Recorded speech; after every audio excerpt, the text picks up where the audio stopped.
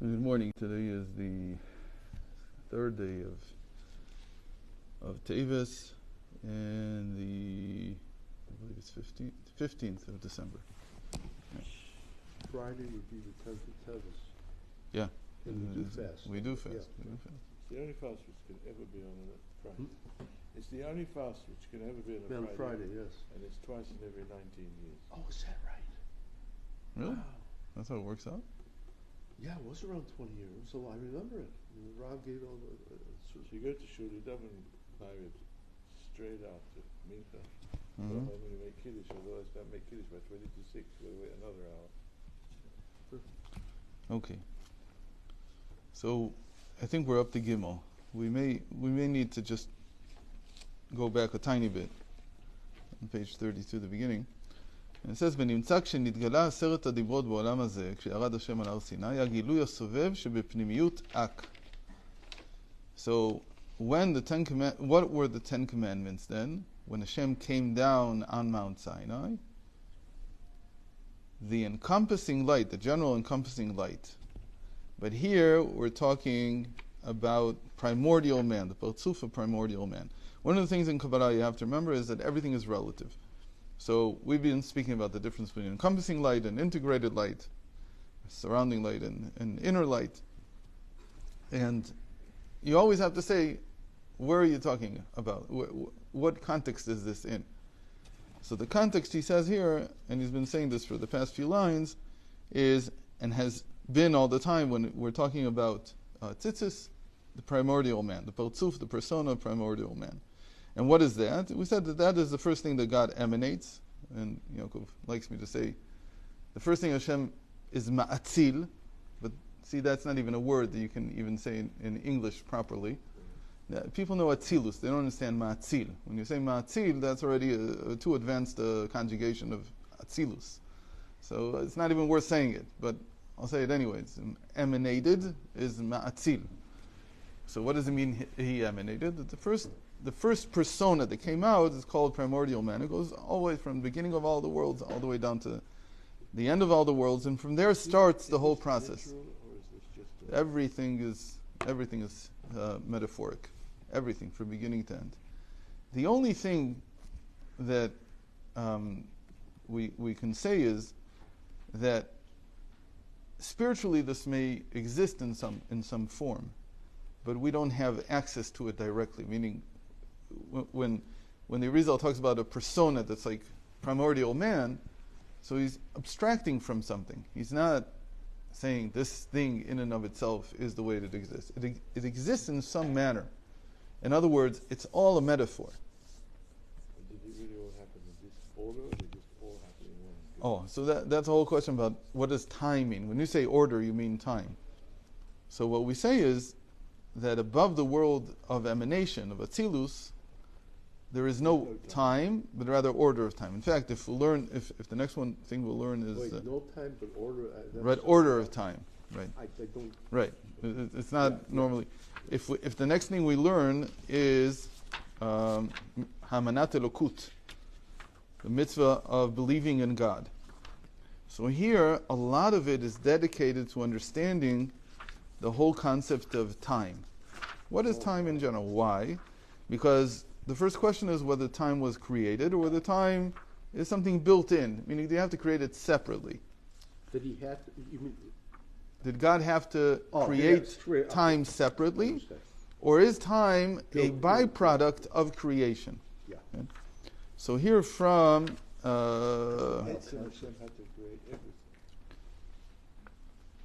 from chapter... Can, but the question is whether it was created as something separately. And here he also asks whether he had to create it at all, because maybe time also always existed. So here from chapter 11 and on, he deals with time. On page 114 he says, "V'onam yadua ma'amar hamevoar b'midrash Rabbah b'Bereshit Gimel apasuk ve'yerev." It's known that the saying of the sages in the Medrash in Bereshit Rabbah, chapter 3, on the verse, and it was evening and it was morning, there was one day, Amar Rabbi Yehuda, says Rabbi Yehuda bar Siman, melamed shaya seder zmanim kodem lachem. This teaches us that there was an order of time that preceded it. It doesn't say your time. We have to understand that was before everything. There was an order of time. So time is something that was created. Order of time was not created. Now this is a huge philosophical problem. Because what does it mean to have an order of time but not having time?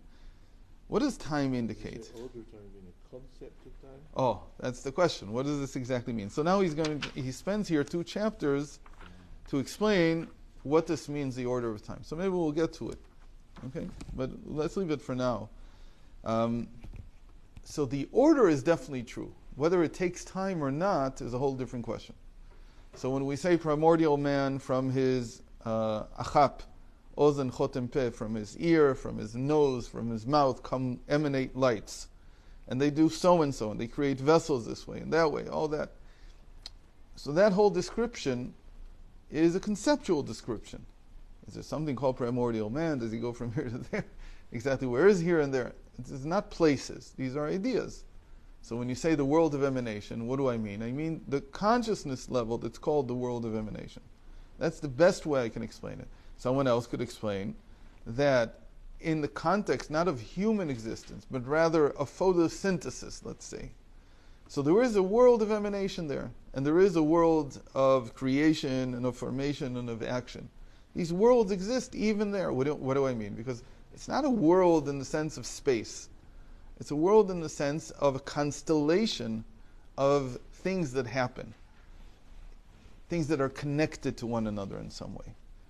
So in each context, I have to say, where am I? So when I'm talking about the giving of the Torah, when I'm talking about the relationship with God, so here he says, when God came down on Mount Sinai, our relationship with God feels, experiences, is in the state of mind that it's talking to He who is from beginning till end.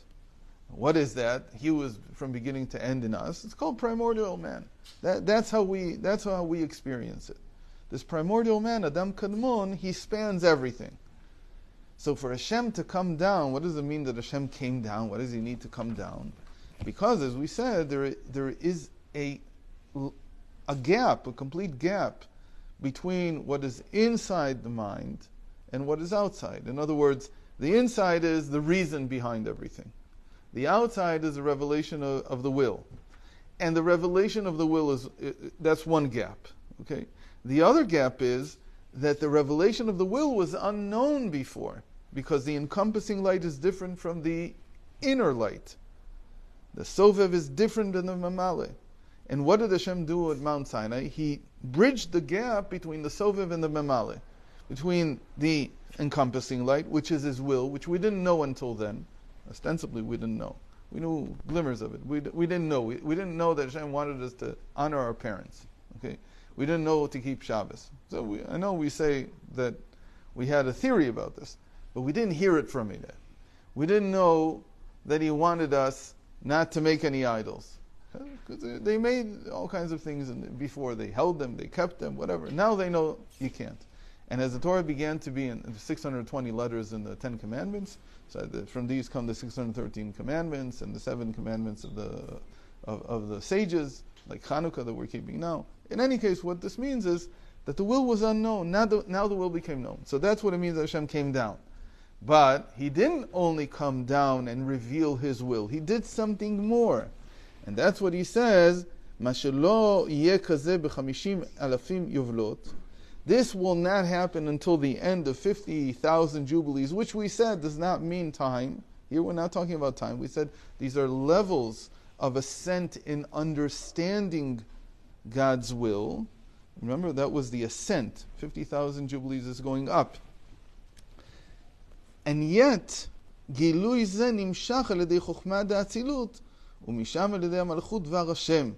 ולזה לא היה באפשרי להיות נמשך משם, כי אם על ידי בחינת שערות דווקא, וכל זה מרומז ברשת ציצית שכולל את כל המצוות.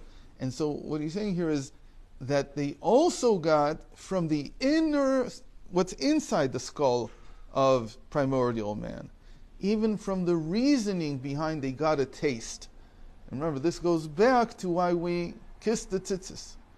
Because it's like you're getting a taste. Again, taste in Hebrew is both taste and reason. Ta'am, the same word. I have a taste of it and I have an inkling of the reason.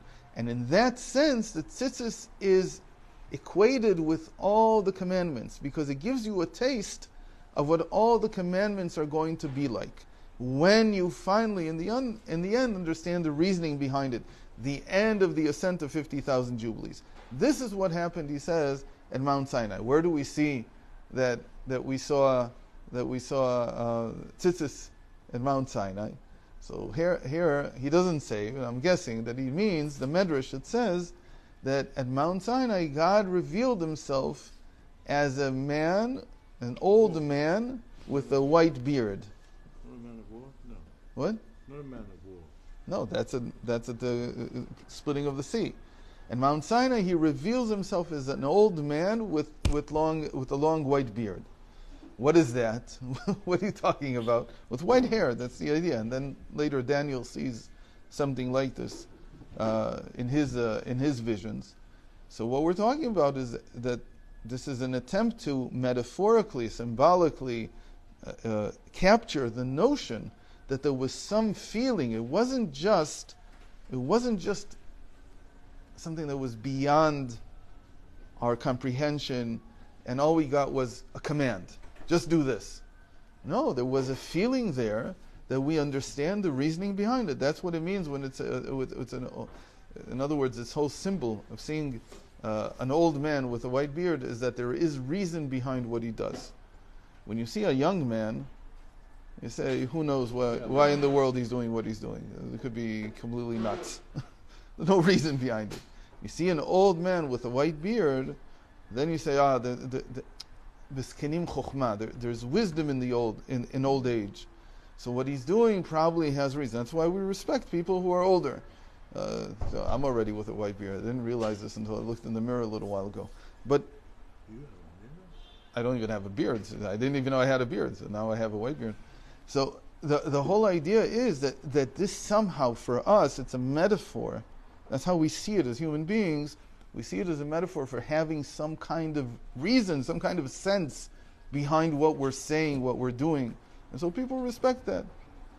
And so that's the image that they try to convey, that we felt also reasoning behind it. And those were the hairs, the white hairs. And again, Daniel says it a lot stronger. And a lot of what the Arizal builds is from Daniel's vision, where he says, Use'ar Rashei Amar Nakei. It says the hairs of his head, of this man that I saw in my vision, are like pure wool, are like clean wool, clean white wool. That's what it looks like. What is he trying to say? He didn't see anything. He didn't see a person. There's no person there. But what he's sensing is that there's reason behind all of this. It's not just, and that will be revealed only after all the ascents called 50,000 Jubilees that we talked about. Now we need to understand something that we don't do today mostly, which is having a blue string and white strings, white threads in the tzitzis. Why is there white and blue? כי הנה בחינת הלבן מורה על המשכת השערות ממקום גבוה מאוד נעלה בחינת חוכמה עילה ששושן נמשך מחוכמה שלמעלה מהאצילות. Because the white hairs is exactly what we just talked about from Daniel chapter 7. The white strings, they represent the reason. The reason. That there's reason behind what we do. Because what do they represent? They come from a very high place that is, again, drawn out of the wisdom that is higher than Atzilus, another way of saying, from the wisdom in the crown, the wisdom that's within the skull. We said that the wisdom within the skull, Chokhmah Stima, that's its name in Kabbalah, is the reason behind the mitzvos.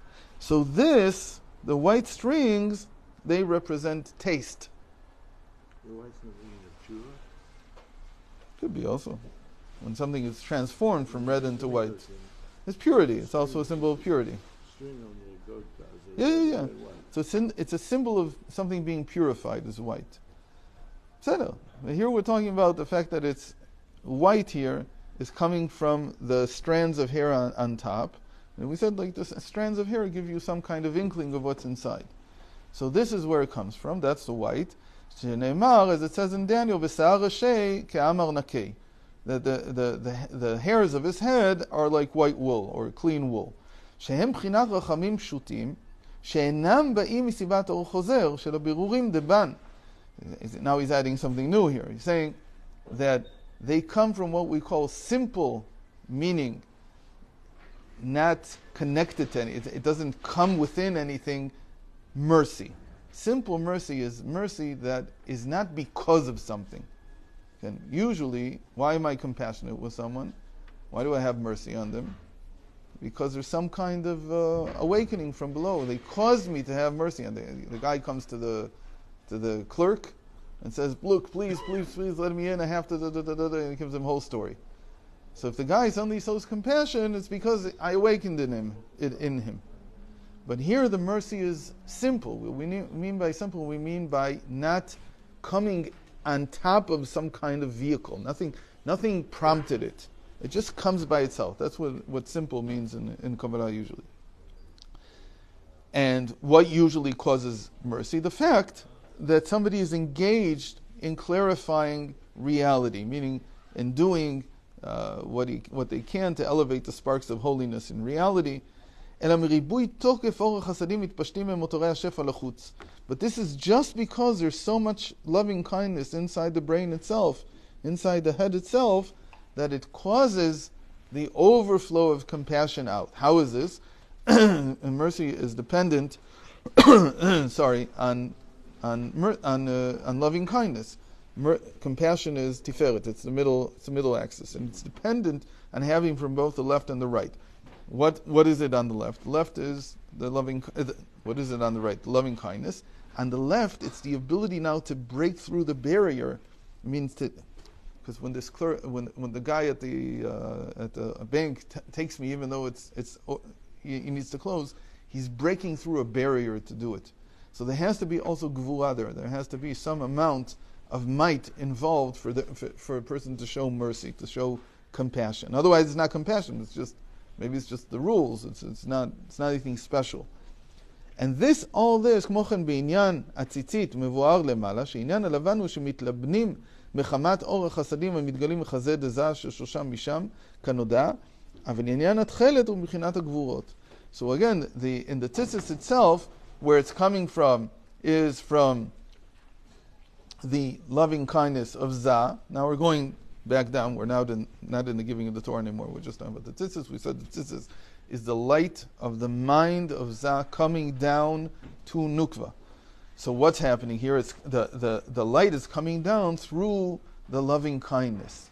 In other words, when I want to show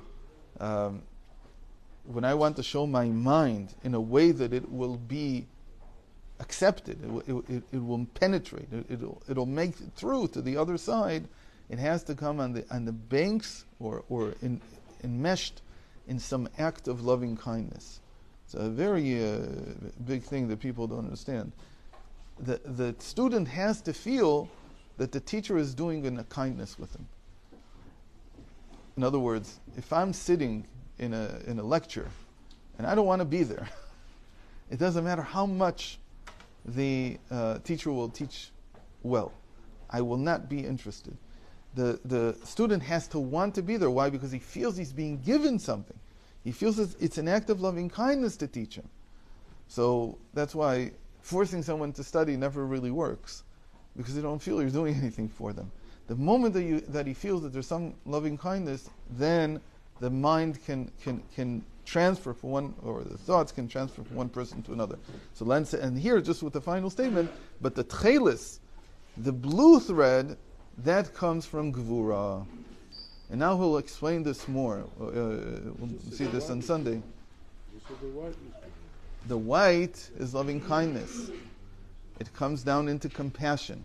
There's Gvura also involved. But to make the white, it's mostly loving kindness. He didn't even mention the might.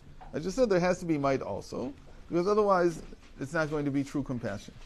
But here what he's saying is that the blue thread is itself might. What is it? Blue is the color of royalty. So blue is like the establishment. We'll talk about it more next By week. the way, I forget, when did we stop, I knew the history, when did we stop using the cheles string? Sometime in the 5th century, about 4th, 5th Oh, century. You remember that? Yeah.